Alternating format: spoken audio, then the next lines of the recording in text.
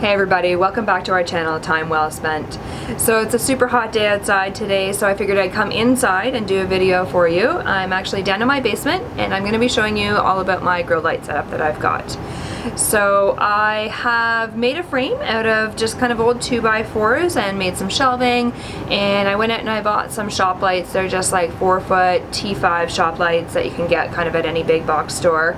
And yeah, I made my own setup here so that I can grow all of my seedlings from seed indoors before planting them outside into the garden when things warm up here. So depending what I am growing, depending on the year, I will start anywhere from March to April or so, start getting my seeds going inside.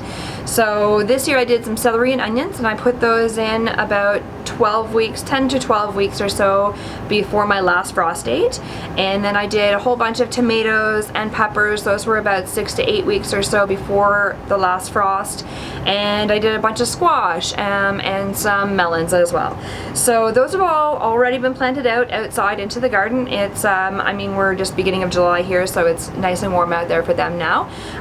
But what I do have in here right now is just a few lettuce seedlings. I've got some lettuce and like some basil and some mustard as well growing, and those are kind of things that don't do really well outside in the middle of the summer when it's super hot. So I've kept them down here under the lights, and yeah, in a few minutes I'll just show you all about the setup that I've got here. But yeah, I find that there's a lot of different benefits to growing things from seed. You know, you can pick up a whole bunch of different kinds of packets of seed. They're super economical. It's like $2 or $3 for like 100 seeds in a packet, and then that way you get to try a whole bunch of different varieties as well that you may not be able to find if you're just looking for plants to purchase and then put right out in the garden. So yeah, so let's go in and we'll take a look and see what we've got. That I had left over from another project, and just kind of made an entire frame that would support the shelving on the bottom with the lights on the top. And I've got some T5 shop lights in there also, and they're suspended by chains so that I can lift them up and down as needed. Okay, so down here I've got two different kinds of lettuce. I've got some butter crunch lettuce. This is like a green head lettuce. And then here I've got a red romaine.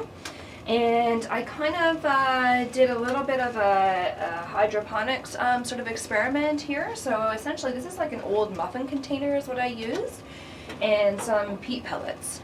And so basically I just put the seeds in the very top, and then I put them in the individual sort of cups. And I poked a few holes in the bottom so you can kind of see that in there. And the roots grow down through the bottom. I just add water into the bottom, and the roots take up the water as needed in order to feed them. And same thing over here. And so for the actual setup, this is a T5 shop light. You can buy them usually at any kind of like home improvement store. This is a 4-foot length, and there's actually 2 bulbs underneath in here.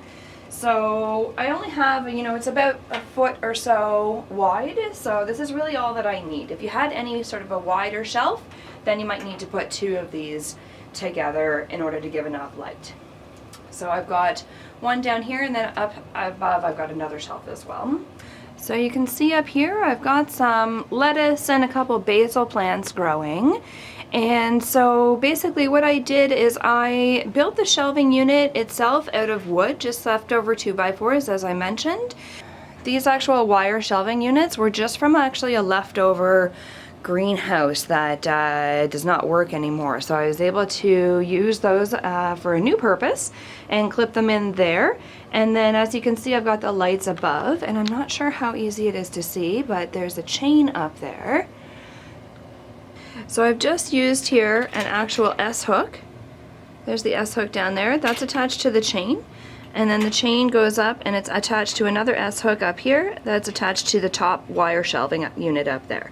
So then I can easily just pop this off and, you know, put the hook onto the next chain link down in order to raise up the level of the light. So the light should always be approximately 3 to 4 inches above the plant. So that's actually a little bit too close. So I'm going to raise it up a little bit. There we go. So now the plants have got a little bit more room to grow so that they don't grow right into the light and end up getting burned. So these plants up here are just, I've got basil, more basil. I love basil, you can never have too much. And then this one is actually a lettuce plant.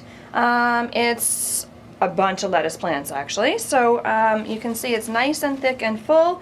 There's probably, I don't know, maybe like 10, 15 plants in there. And it's kind of in a bit of a small pot. This is only maybe like a 3-inch pot or so. And you can see some of the leaves are getting a little bit droopy. So I'm actually going to be taking this out and trying to separate out some of the seedlings and transplant them so that they can grow bigger in their own space for each of the plants. So I will hopefully have, you know, a bunch of different lettuce plants that can feed not only my family but also our rabbit. She loves to eat lettuce, and it's expensive to buy lettuce all the time. So hopefully this will give us a lot of great plants. So the other thing that I have here with this setup is I actually have a couple of heat mats. So this is the heat mat itself, and basically it just goes underneath any of the plants. They're not actually plugged in right now because none of these items need any kind of bottom heat. The heat mats are great for starting the seeds, getting them on their way to germinating, but once they've germinated and actually just broken through the surface and started producing leaves, then you don't really need the bottom heat anymore. So I've got them all unplugged. You can see there's another wire here, and it just goes along in the back. So this is where everything gets connected all together. So this is it's a manual timer. I find the manual ones for me work better than any of the electric ones. So I've got this plugged into an extension cord just because the plug was too far away. And so these are my 2 lights that are plugged directly into the timer. So I don't have to worry about coming down and turning the lights on or off in the morning or in the evening. And then this is the plug that I would just plug into the bottom of the extension cord for the heat mats that I'm not using right now. So the other thing I wanted to show you down here too are these are my 2 little sort of like mini hydroponic setup. So I've got, the plants are actually just in different bottles that I cut in half and use the top part inside the bottom part. And I started the seeds in peat pellets. So basically, yeah, I just put the seeds right into the peat pellets and then put the peat pellet right into this little contraption that I've got. So as you can see, the top part of the bottle is just sitting right in the bottom part of the bottle. All those nice roots are growing right out the bottom. So I don't really need to worry too much about keeping this watered. I just put the water in the bottom, and every so often I'll come down and top it off and make sure that, you know, it's not getting too low so that the roots down there have something to grow. And you can see right inside there that there's actually different roots growing out of the peat pot itself. And those are the air roots. So plants need oxygen as well as the water and nutrients that they get from the water to grow. So they've kind of got everything that they need there, and it seems to be working pretty well. This one I just did out of a smaller bottle, just like a small little, you know, 500 milliliter water bottle, and it's doing pretty well also. Got some roots growing out there too. So those seem to be doing quite well, and they hopefully will stay happy and grow nice and big for me. Alright, so I hope you enjoyed that video.